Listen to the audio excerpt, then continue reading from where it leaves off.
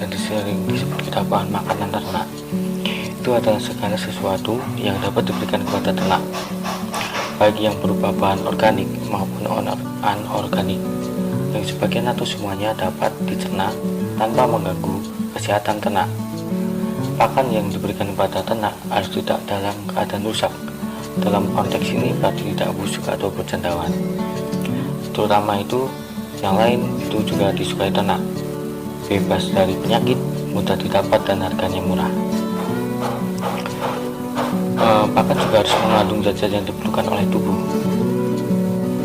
terutama yang dimaksud ialah tubuh ternak itu sendiri, seperti air, karbohidrat, lemak, protein, mineral, dan vitamin.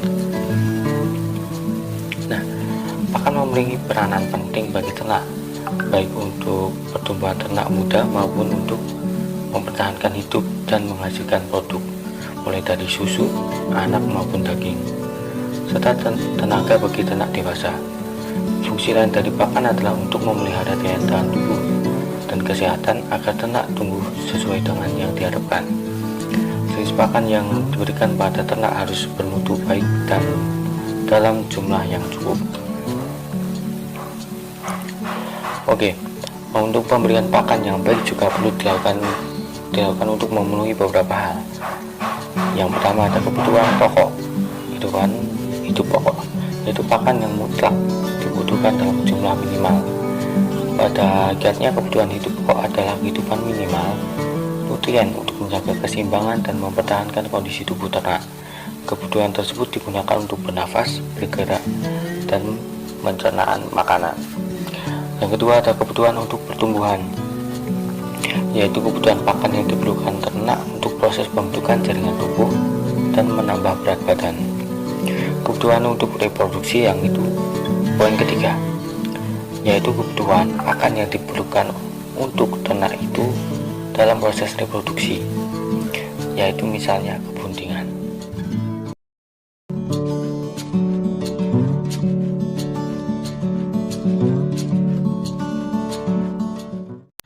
Oke teman-teman, jadi di sini di samping saya ini ada pohon rumput gajah. Rumput gajah ini ciri-cirinya itu berumpun, kemudian batangnya keras, daunnya panjang dan kurang lebar. Kemudian tinggi dari rumput ini bisa mencapai 7 meter. Untuk lebih lengkapnya berikut ini.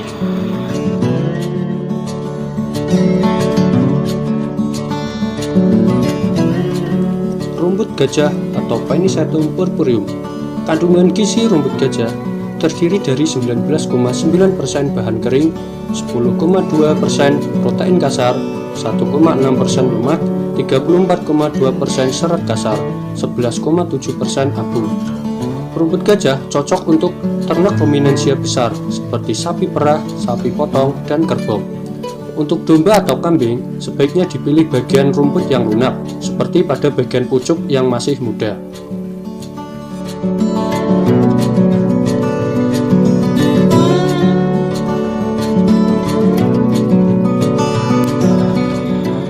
Oke teman-teman, berikutnya ini di samping saya ada rumput raja atau pink grass, atau nama ilmiahnya itu Panicetum purpureum. Rumput raja ini memiliki ciri-ciri. Yang pertama itu batangnya itu keras, kemudian besar, dan rumput ini itu berumpunnya besar. Kemudian dilihat dari daunnya itu panjang, dan dibandingkan dengan rumput gajah, kalau rumput raja ini daunnya panjang dan juga lebar. Kemudian tinggi dari rumput raja ini bisa mencapai 4 meter. Kemudian jika sudah tua itu batangnya itu sangat keras. Untuk lebih lengkapnya berikut penjelasannya. Rumput raja. Rumput raja memiliki kandungan nutrisi yang lebih baik daripada rumput gajah. Kandungan protein pada rumput raja sekitar 11%, sedangkan rumput gajah hanya 8%. Perbedaan nutrisi tentunya juga memiliki perbedaan pada jumlah protein, dan beberapa kandungan lainnya akan lebih unggul daripada rumput gajah. Tak heran, banyak para peternak memilih rumput raja sebagai pakan ternaknya karena lebih cepat menggemukkan daripada rumput lainnya. Oke teman-teman, di samping saya ini ada pohon gamal, termasuk ke dalam golongan legum. Ini masih berkeluarga dengan polong-polongan. Ciri-ciri dari legum gamal ini yaitu pohonnya itu besar, Bro. Kemudian dilihat dari tangkainya ini, tangkainya itu berwarna hijau, sedangkan batangnya itu agak ke abu-abu ke putih-putihan. Kemudian dilihat dari daunnya itu hijau segar seperti ini teman-teman. Dan dari panjang tangkai daun ini bisa mencapai 15-30 cm.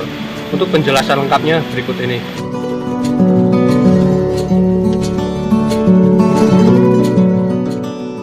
Untuk tanaman legum gamal atau Gliricida sepium biasa digunakan sebagai pagar hidup atau peneduh, merupakan leguminosa pohon yang telah ditetapkan dalam Kementan nomor 141 tahun 2019 sebagai salah satu jenis komoditas tanaman binaan Ditjen PKH.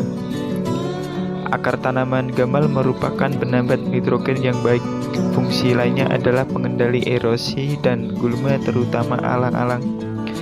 Kandungan protein kasar daun gamal berkisar 20,80% sampai 25,52% dan TDN atau nutrisi terjena sebesar 58,45% sampai 69,73%. Dari hasil pengujian BPMSP Bekasi 2019, sampel dari kebun BPTU HPT Pelaihari menjadikan tanaman ini baik diberikan untuk ternak ruminansia.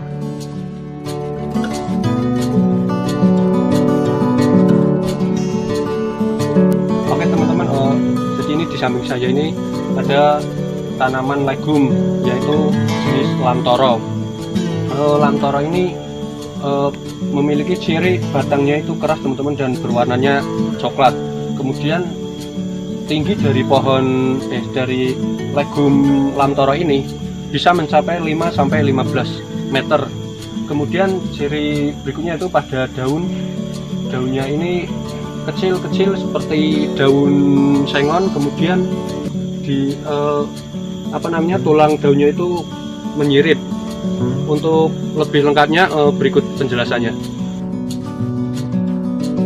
Legum lamtoro. Legum lamtoro atau Leucaena leucocephala ini banyak dikenal oleh masyarakat sebagai petai Cina atau peutai selong, sebutan untuk orang Sunda. Lamtoro ini adalah jenis leguminosa yang cukup lama digunakan oleh masyarakat untuk area penghijauan atau sebagai pencegahan erosi, termasuk sebagai sumber pakan untuk ternak. Kandungan nutrisi untuk kebutuhan ternak dari lamtoro ini sangat baik. Dengan kadar protein yang tinggi, lamtoro ini bisa menjadi alternatif sumber protein dari hijauan. Hasil pengujian nutrisi di BPMSP Bekasi tahun 2015 menunjukkan sebagai berikut. Kadar air 76,63%, kadar abu 8,31%, protein kasar 36,37%, lemak kasar 0,66%, serat kasar 21%, Ca 0,99% dan P 0,35%.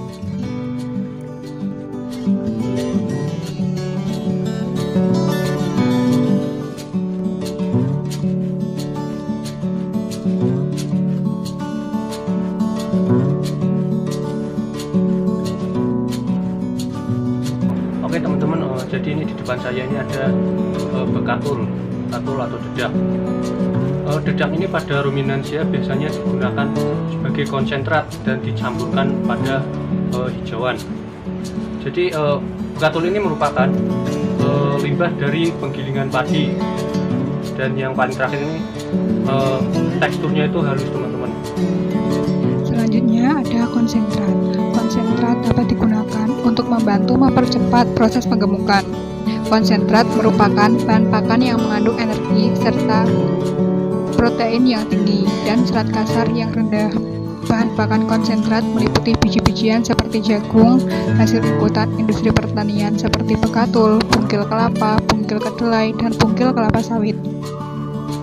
Aturan pemberian pakan untuk ternak ruminansia yang khususnya untuk ternak sapi potong, pakan yang diberikan adalah sebanyak 10% dari bobot badan dan pakan tambahan sebanyak 1-2% dari bobot badan.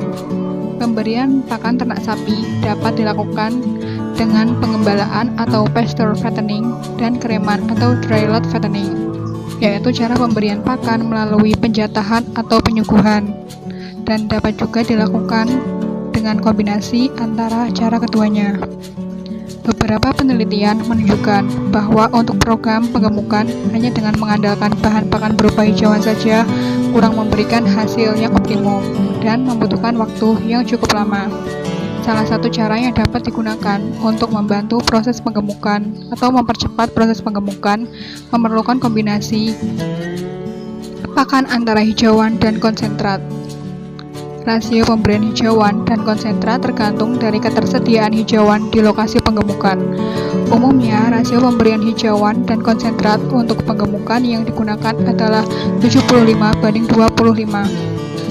Frekuensi pemberian pakan yang baik untuk mencapai pertambahan bobot badan yang lebih tinggi, terutama pada penggemukan, adalah dengan mengatur jarak dan waktu antara pemberian pakan konsentrat dan pakan hijauan. Pakan hijauan diberikan sekitar 2 jam setelah pemberian pakan konsentrat. Frekuensi pemberian hijauan yang lebih sering dilakukan dapat meningkatkan kemampuan sapi untuk mengkonsumsi ransum dan meningkatkan pencernaan bahan kering hijauan. Sedangkan sistem pemberian konsentrat sebaiknya diberikan kepada ternak dalam bentuk kering atau tidak dicampurkan dengan air. Namun konsentrat tersebut juga dapat diberikan dalam bentuk basah. Apabila pemberian konsentrat dalam bentuk basah, maka konsentrat harus habis dalam sekali pemberian, sehingga tidak terbuang dengan sia-sia.